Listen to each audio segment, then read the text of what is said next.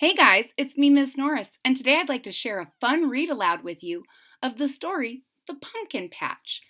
This story was written in 2003 by Margaret McNamara and illustrated by Mike Gordon, and it's a fun story about a class that goes on a little field trip to the pumpkin patch. And I hope you really enjoy it. If you're ready to hear the story, I'm ready to share it with you. Here we go. The Pumpkin Patch. The Pumpkin Patch. "Put on your coats," said Mrs. Connor. Now, look at how confused her kids look. You think they're going to put their coats on? I hope so. Mrs. Connor's class was going on a field trip to the pumpkin patch. Katie was ready first. She could not wait to find the perfect pumpkin. So we have all the kids, they're listening, they're ready for this, they're putting on their jackets, and Katie wants to find a perfect pumpkin. The bus ride was long. Now, how many of you have ridden on a bus before? I know not everybody does. It's kind of exciting when you go on a field trip and you get to ride on a bus. The whole time, Katie imagined the perfect pumpkin. So we're looking, and even on the bus ride, Katie is imagining what her pumpkin is going to look like when she finds it. At the pumpkin patch, there were lots and lots of pumpkins. "You may each take home one pumpkin," said Mrs. Connor. "Choose carefully." I know Katie's going to, but everyone there gets to take home one pumpkin. But look at how many there are to choose from. So many. How do you find just the right one?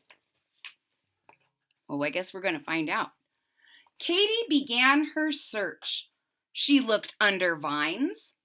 She looked in the straw. She looked in the mud.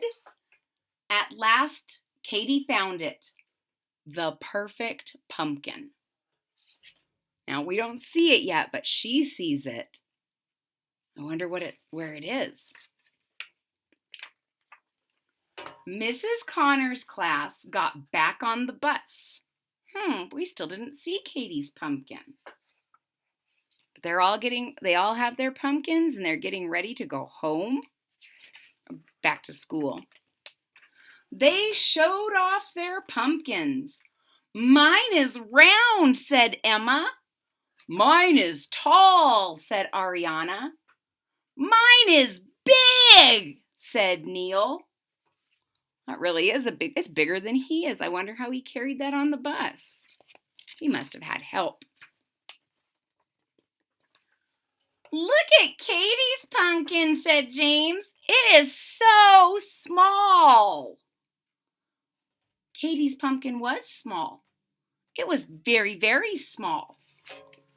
So we can see that Katie has a little tiny pumpkin, but she was so happy because for Katie, this is her perfect pumpkin.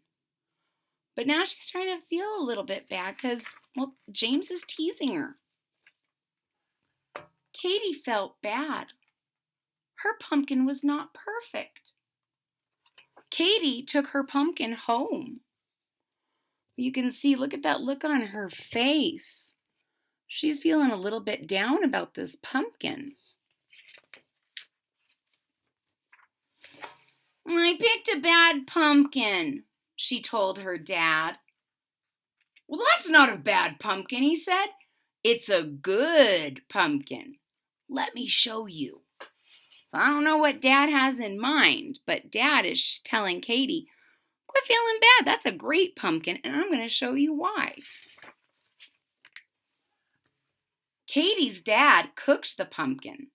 Then he cut it into pieces, and Katie mashed the pieces. So you can see Dad is cutting up that pumpkin, and Katie's using her hands to smush it. And we got a very curious kitty right here. And they made A pie. Katie took the pie to school. How many of you like pumpkin pie? It's one of my favorites. My pumpkin was small, she said, but it was sweet. Now it's a pie. Look at all those other kids looking at Katie's pumpkin now. They're starting to, oh my goodness, look what's happened. This is cool. The children loved Katie's pumpkin pie. Your pumpkin was perfect, said James.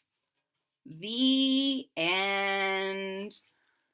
And you can see that pumpkin pie is all gone, but all the kids really like what Katie did there. Ladies and gentlemen, I hope you really enjoyed the story of the pumpkin patch. If you did, please hit that thumbs up button at the bottom of the page. If you're already a subscriber, thank you so much for your support. It really means a lot to me. If you're not a subscriber yet, click this red subscribe button down here at the bottom of the page. And don't forget to click the bell so that you're notified when there's new content.